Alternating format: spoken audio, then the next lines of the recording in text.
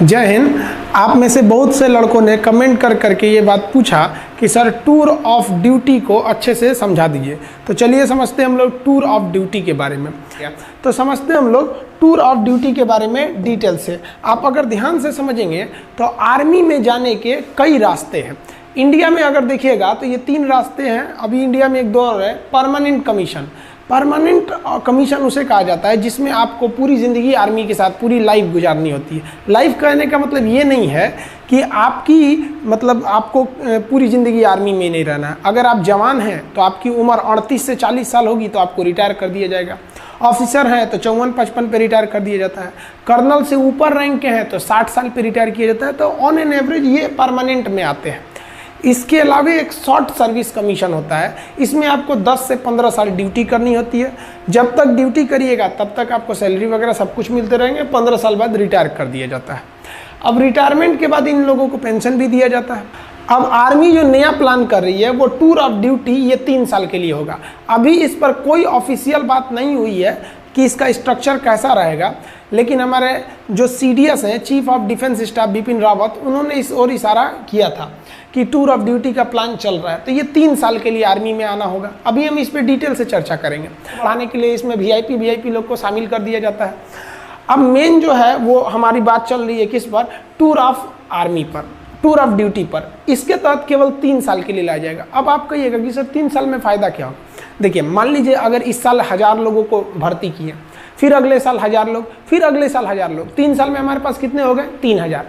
अब अगले साल तो जो पहले आए थे वो तो रिटायर होंगे, फिर 3000 आ जाएंगे।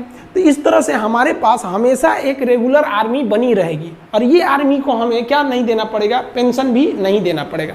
अभी हम पेंशन पे आएंगे, चर्चा करेंगे। अब थोड़ा सा हम आगे समझते हैं टूर ऑफ ड्यूटी में। ध्यान से समझिए, इस टूर ऑफ ड्यूटी के बारे में समझिए। ये एक तरह का इंटर्नशिप है। इंटर्नशिप क्या होता है कि आपको किसी खास काम के लिए और खास फिक्स समय के लिए जब बुलाया जाता है तो उसे इंटर्नशिप कहते हैं। इससे सेना हमेशा जवान रहेगी, यंग रहेगी। जैसे मान लिया कि हमने 1 साल के लिए 1 लाख लोगों को किस में भर्ती किया? टूर ऑफ ड्यूटी में। इस साल भर्ती किया, फिर अगले साल 1 लाख को भर्ती कर लेंगे, फिर अगले साल 1 लाख को कर लेंगे, यानी 3 लाख हमारे पास आ गए सब। फिर अगले साल इधर 1 लाख को रिटायर करेंगे तो फिर 1 लाख को भर्ती भी तो कर लेंगे। और जिसको हम रिटायर किए उसको तो पेंशन देना नहीं है कि भैया हम 3 साल ड्यूटी कराए हैं। अब ध्यान से समझिएगा जी, ऐसे करके हमारे पास 3 लाख का स्टॉक बचा। और ये 3 लाख की जो आर्मी है एकदम यंग है। 18 साल के लड़कों को भर्ती करेंगे, 18, 19, 20, 21। तो ये 3 साल का, 18 से 21 साल का, 18 से 21 साल के लड़कों को शादियों भी यहाँ नहीं हुआ रहता है, एकदम यंग गर्म खून रहता है। अब बॉर्डर के फ्रंट लाइन पे खड़ा करेंगे ना, देशभक्ति राष्ट्रवाद तो कूट कूट के भरा है, समझ में। अब जैसे कोई परिवार वाला आदमी है, सेना हमारे हर उम्र के जवान बहादुरी से लड़ते हैं, लेकिन जो 40-50 साल एज हो गया उन पे जिम्मेदारियां हैं, उनके बाल बच्चे हैं, वो भी इंसान हैं, वो भी हमारे लिए लड़ते हैं। तो एक उनके ऊपर जिम्मेदारी है। एक जो नया नया छोड़ा जाता है इसमें कोई जिम्मेदारी नहीं, ना आगे नाथ ना पीछे पगा, गोली चलाया रे तुम हम पे, ये वो चलाएगा हमसे चुरा बम मार देंगे यहाँ पे। तो ये आर्मी को यंग रख सकते हैं। इससे आर्मी को डबल फायदा कि आर्मी हमेशा यंग रह गई, और जो रिटायर हुए उन्हें सैलरी भी नहीं देना है, और आर्मी कम भी तो नहीं होगी ना भैया। हर साल हम 1-1 को रखे रहेंगे, हमेशा हमारे पास 3 लाख की एक टूर ऑफ आर्मी की, टूर ऑफ ड्यूटी की फौज पड़ी रहेगी। समझ में आया कि नहीं आया? अब आप कहिएगा कि सर वो जो 3 साल बाद रिटायर कर देंगे और उसको पेंशन भी नहीं देंगे तो लड़का कहाँ जाएगा? तो देखिए भैया, इसमें सेना विचार कर रही है कि हम इस तरह से एंट्री कराएंगे कि जैसे कोई लड़का ग्रेजुएट हो गया है, तब आओ भैया 3 साल ड्यूटी करो और जाओ।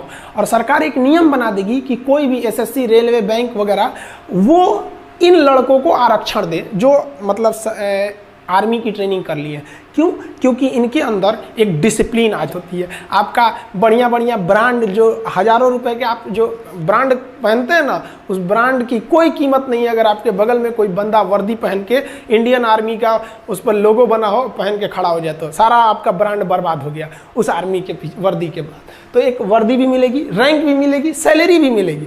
क्या नहीं मिलेगा? तो भैया पेंशन नहीं मिलेगी। सारा बवाल तो पेंशनें कम करने के लिए हो रहा है, समझ में आया कि नहीं? तो पेंशन नहीं मिलेगा आपको। क्यों पेंशन नहीं मिलेगा? क्योंकि पेंशन देने के लिए कम से कम आपको 17 साल की ड्यूटी करनी रहती है। इसमें तो ओवरऑल 3 साल की ड्यूटी ही है। तो समझ में आ रहा है कि नहीं आ रहा है? जो टूर ऑफ ड्यूटी के तहत आएगा वो सेना के एडवेंचर को भी देख लेगा, राष्ट्रवाद भी देख लेगा, डिसिप्लिन भी सीख लेगा, स्वास्थ्य, मेंटेलिटी, हर चीज को सुदृढ़ कर लेगा और दूसरी नौकरी में उसको छूट भी मिलेगा, तो उसका भी करियर खराब नहीं हुआ। देश की सेना भी जवान रह गई और देश का जो पेंशन पे खर्च था वो भी बच गया। आर्मी का जनता से जुड़ाव भी हमेशा रेगुलर बना रहेगा 3 साल पे। अब जैसे क्या होता है कि एक आर्मी गया वो 40 साल ड्यूटी पे रहेगा, तो भैया 40 साल तक आप उसके जगह पे दूसरा भर्ती नहीं ना करेंगे। टूर ऑफ ड्यूटी का है और कौन सा जवान हमारा मतलब परमानेंट है, तो सब का सब क्या रहेगा, एकदम सेम रहेगा। आप समझ में आ गया आप लोग को कि ये टूर ऑफ ड्यूटी मेनली किसके लिए किया जा रहा है कि भैया हम अपने पेंशन पे हो रहे खर्च को कंट्रोल कर सके और अपनी सेना को मॉडर्न टेक्नोलॉजी दे सके। जैसे हमारे सैनिकों का बैलिस्टिक हेलमेट नहीं रहता है, इंफ्रारेड रिकॉग्नाइजर नहीं रहता है, अभी भी हम लोग इंसास राइफल लेके चल रहे हैं लोग, तो ये सब चीज़ें। आर्मी की जो बूट होती है वो काफ़ी हैवी होती है, वजन में बहुत भारी होता है। अभी कई ऐसे बूट आ गए हैं आर्मी के पास, जैसे अमेरिकन सोल्जर का दिखेगा तो बूट बहुत मजबूत रहता है जूता और भारी नहीं रहता है। हमारे सैनिकों का बूट मजबूत है लेकिन भारी है, तो भैया उसके लिए क्या चाहिए, पैसे चाहिए। तो हम लोग का आधा पैसा तो सैलरी पेंशन पे ख़त्म कर दे रहे हैं। तो आई होप आप समझ गए होंगे टूर ऑफ आर्मी का। बाकी आर्मी में हथियार वगैरह कौन से होते हैं, कैसे आप देख सकते हैं, देख के कैसे पहचान जाएंगे कि AK-47 है कि SLR है कि 303 है कि इंसास है, पिस्टल, माउजर, इस सब में क्या क्या डिफरेंस होता है, इस सब के बारे में हम आपको वीडियो बता देंगे। बहुत से लड़के कर रहे हैं प्लेलिस्ट बनाने के लिए, तो उसको भी बना देंगे और प्लेलिस्ट में हम आपको डिफेंस में आपको हर एक चीज़ हथियार वगैरह के बारे में भी समझा देंगे, ताकि युवाओं के प्रति एक जिज्ञासा रहती है कि हमारी आर्मी क्या कर रही है। आई होप आप समझ गए होंगे। समझ में आया? एक सैल्यूट हमारे भारत के वीर जवानों के लिए। जय हिंद।